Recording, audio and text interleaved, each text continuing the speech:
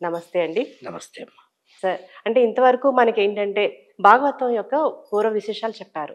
మరి ఇది ప్రథమ స్కందంలో విశేషాల గురించి వివరిస్తారా? మనము గత కొన్ని వారాలుగా భాగవత పురాణానికి సంబంధించి దాని పుట్టుపూర్వోత్తరాలకు సంబంధించి అనేక విశేషాలు తెలుసుకున్నాం. హ్మ్. వేదవ్యాస మహర్షి సంస్కృతంలో ఈ భాగవత రచన చేశారని, హ్మ్. భారతీయ సంస్కృతికి ఇవి చాలా మూల గ్రంథాలని ఇవన్నీ విషయాలు తెలిసాయి. దీనికి వ్యాఖ్యానాలు శ్రీధర వ్యాఖ్య, హ్మ్. విజయరాఘవ వ్యాఖ్య, విజయధ్వజీయ వ్యాఖ్య, అద్వైత విశిష్టాద్వైత ద్వైత పద్ధతుల్లో ఉన్నాయి. ఇవన్నీ తెలుసుకున్నాం. హ్మ్. దీన్ని తెలుగులోకి ఇతర భాషల్లోకి చాలామంది అనువదించారు. హ్మ్. బమ్మెర పోతన అనువదించారు అనే విషయాలు కూడా చాలా తెలుసుకున్నాం. దానికి కారణాలు, అసలు భాగవతం ఎందుకు, అవన్నీ తెలుసుకున్నాం. హ్మ్. ఇంతకుముందు భాగవతంలోని మొదటి పద్యం శ్రీ కైవల్య పదంబు చెరుటకునై చింతించదన్ లోకరక్షైకారంభకు భక్త పాలన కళా సంరంభకు దానవోద్రేక స్తంభకు కేళిలోల విలసదృగ్జాల సంభూత నానా కంజాత భవాండ కుంభకు మహానందాంగనాడింభకున్. ఈ పద్యం గురించి కొన్ని విషయాలు తెలుసుకున్నాం. హ్మ్. అంటే సాధారణంగా తెలుగు కవిత్వంలో ఒక సంప్రదాయం ఉంది.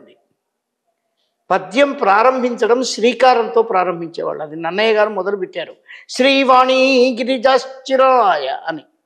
అట్లాగే తిక్కన గారు శ్రీ అన్న గౌరినాబరగు అంటూ, ఇది ఒక సంప్రదాయం. హ్మ్. ఒక మాట ఉంది, మంగళాదిని మంగళ మధ్యాని మంగళాంతాని అని.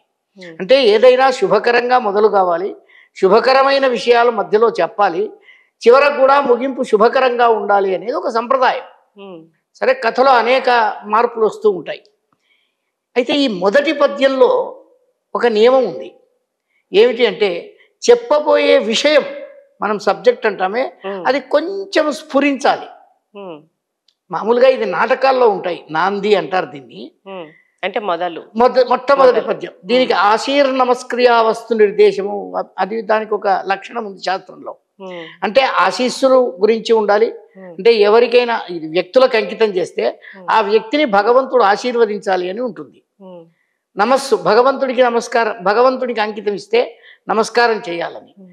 వస్తు నిర్దేశం ఉండాలి అన్నారు. హ్మ్. అంటే దీంట్లో చెప్పబోయే వస్తువుకు సంబంధించిన ఒకటి రెండు సూక్ష్మంగా హ్మ్. ఉండాలి అన్నారు. ఇప్పుడు భాగవతంలో ఇది మొదటి పద్యం.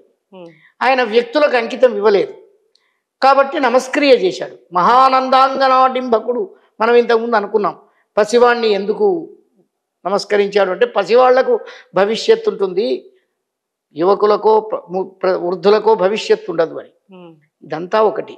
హ్మ్. ఎందుకు రాస్తున్నారు అనేది మొట్టమొదటి పదంలోనే చెప్పాడు, శ్రీ కైవల్య పదం అని, మోక్షం సాధించడం కొరకు. హ్మ్. ఆ విషయాలు మనం చర్చించుకున్నాం. హ్మ్. ధర్మ అర్థ కామ మోక్షాలు 4 ఉంటాయి. ఇది భారతీయ జీవన విధానం.